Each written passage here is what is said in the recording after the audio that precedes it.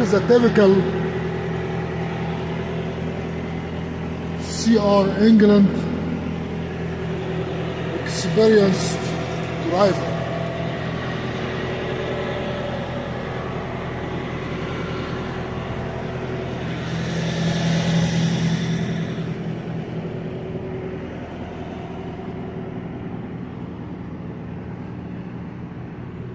This is Utah, CR England.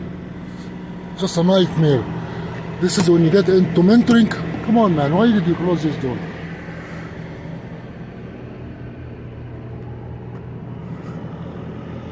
How do you open the door from here?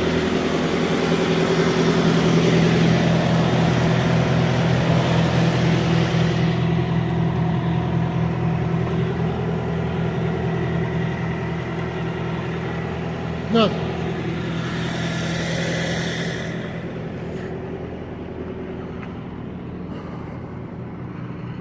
First day of mentoring was a nightmare.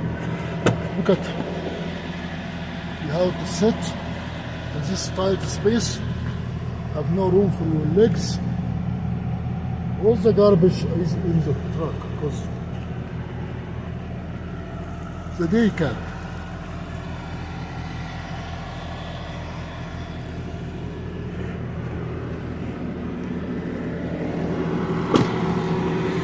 It's intermodal.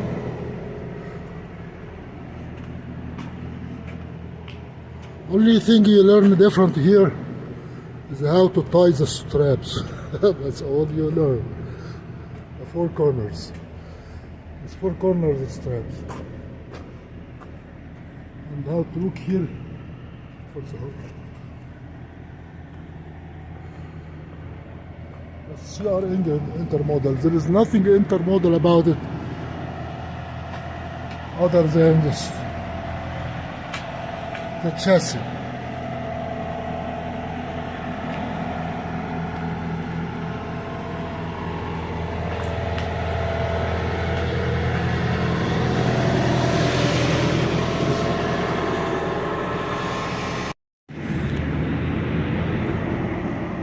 This is Union Pacific Rail Yard in Utah, Salt Lake City. Here where the trucks come to check in. That is the scanner of the equipment. It has cameras. It has cameras in the front, two in the front, two in the back, and two on the side. So it has 6 or about 10 cameras. You can see on this side we have 4 cameras, on the other side 4 cameras. And you have a lot of pigeons inside sitting on the top.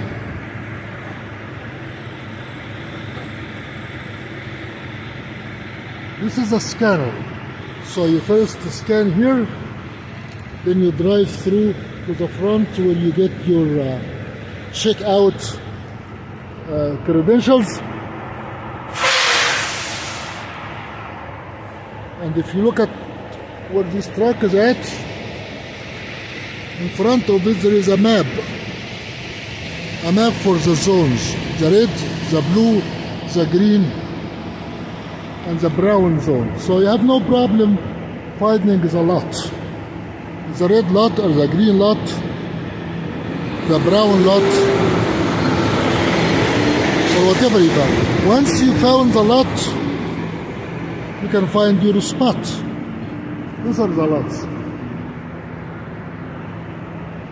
I think this the first lot is the red, and it goes that way. The reds are the green, the blue, and the brown. I think the speed limit here is 15 miles per hour.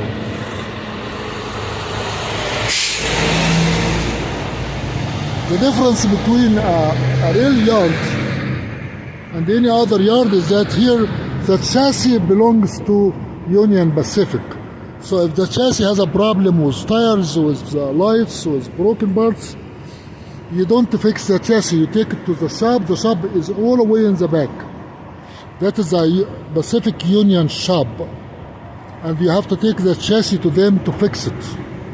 And when you come in, You log into the application, it's called Union Pacific Go. You log into the application and you enter your chassis number, the load, to document when you get out of the yard. This is I think this is the guy I'm waiting for.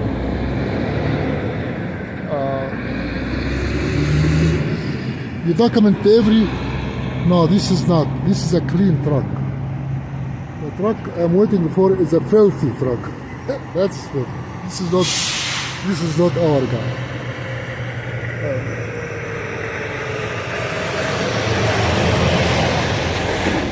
He is pulling a chassis. This chassis belongs to Union Pacific. So the chassis belongs to Union Pacific, and the trailer is your trailer, belongs to your own company. The trailer comes on the train. If it is loaded or empty, you check once you get the trailers that leave from here have to be zipped in or tied and the four corners, and the trailers that come in have to be unzipped when you drop them. If you don't, you have to unzip the trailer and remove the bins or make the trailer free from the chassis so they can pick up the trailer from the chassis. If you don't, your chassis will go up in the air and they will prevent you or ban you from entering the yard for a week. That is the whole idea of the only difference between an intermodal driver and a driver that does dry or reefer fans. The best thing about intermodal, if you find a city in America this is Salt Lake, if you find a city that has only a single terminal, rail terminal, you have all the joy in the world. Making here $26 an hour, all day long, you only deliver and pick up about 4 trailers. If you work 12 hours, you make over $300 in a day. And as a matter of fact, you are sitting most of the time. You're only driving maybe 13, 20, 30 miles. The entire day you will never exceed 100 miles of driving, most of the time. If you have to go to a neighboring state like Idaho, you can go only for maybe 200 miles and you make one move all day long. That is the best thing about intermodal. So it's much better than Walmart. I used to work for Walmart, and Walmart is the best you can do at $320 a day average. But you don't go home every day. Here, you go home every day. You have 2 days off. You would drive no more than 100, 150 miles every day. You're sitting somewhere between 4 and 5 or 6 hours at the loading docks while they are loading and unloading. So you're making a lot of money.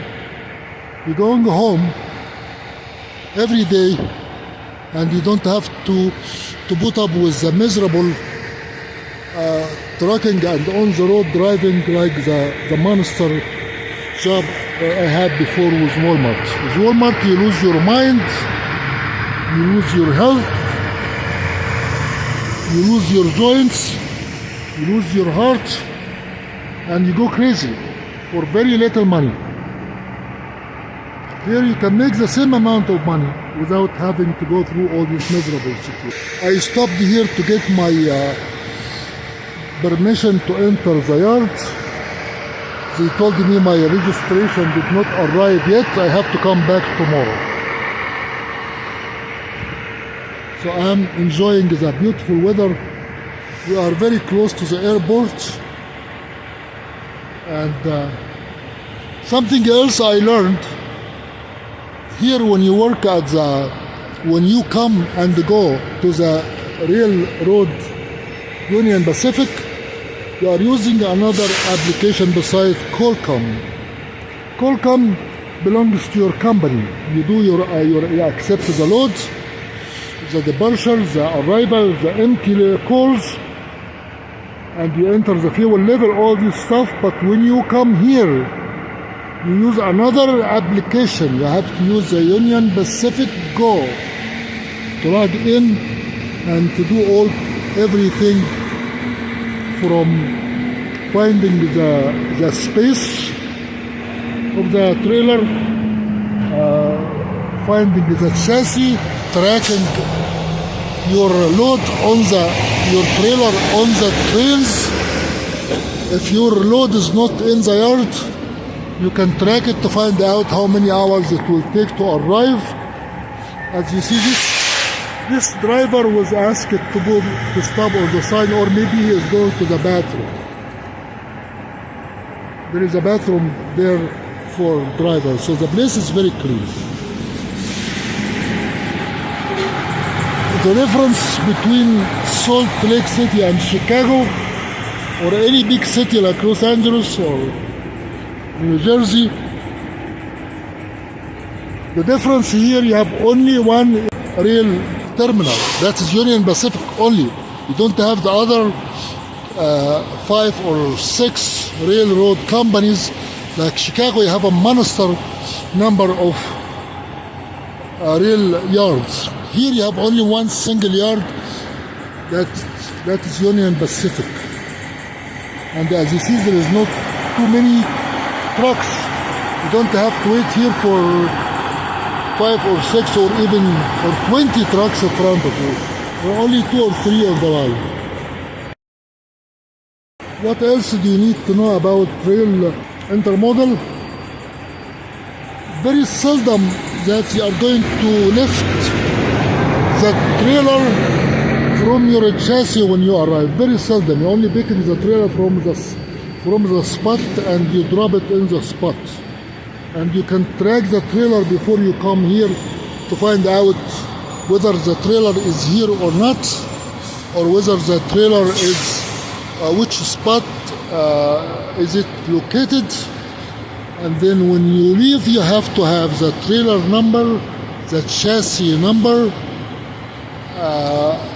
and your license number. You put the license in the scanner, and the serial number. You have to have the serial number. That is the 4 pieces of information that you need: the serial number, the license number, the chassis, and the trailer number. And you have a lot of pages here on the top. Well, my fellow driver, seasoned, old, very fun to work with. His name is John. He's a guy that knows everything about trucking. Today he taught me too many things. How to, when he cranks the trailer, he wants to crank it first in a low gear, then at the end of the landing gear, he doesn't like to leave 2 inches under the landing gear. So he puts the gear on the low gear and he crank it more. It becomes very hard when you come back to pick the trailer. You can bust both your wrists and hands like I have before. But that is the way he does it. Also, when he fills the reefer tanks, you have to make sure some of the reefer fuel tanks have a very short nozzle. You cannot dip the filling nozzle all the way inside, otherwise it will not fill the whole tank. So you have to notice the difference. You have to distinguish between different tanks that have different nozzles, filling nozzles, fuel filling nozzles. So you can get the tank filled all the way to the top. The small reefer tanks, 85 gallons, are different from the big ones that have 120 gallons in terms of how long can they stay on the train while the reefer is running. Something else I learned is that CR England doesn't do anything outside the United States. They just ship the trailer from one city to another, loaded or empty. Here is the guy I'm waiting for. Here is, yes, this is This is my fellow driver. He is going to make a turn at the end and come here to pick me up. He doesn't like to wash his truck. He doesn't like to clean his truck. He likes that truck to be filthy, disorganized. When I asked him, how comes you don't wash your truck? I said, we have a drought. A drought. And he is saving water at home in case of drought. He's a Mormon guy, very conservative.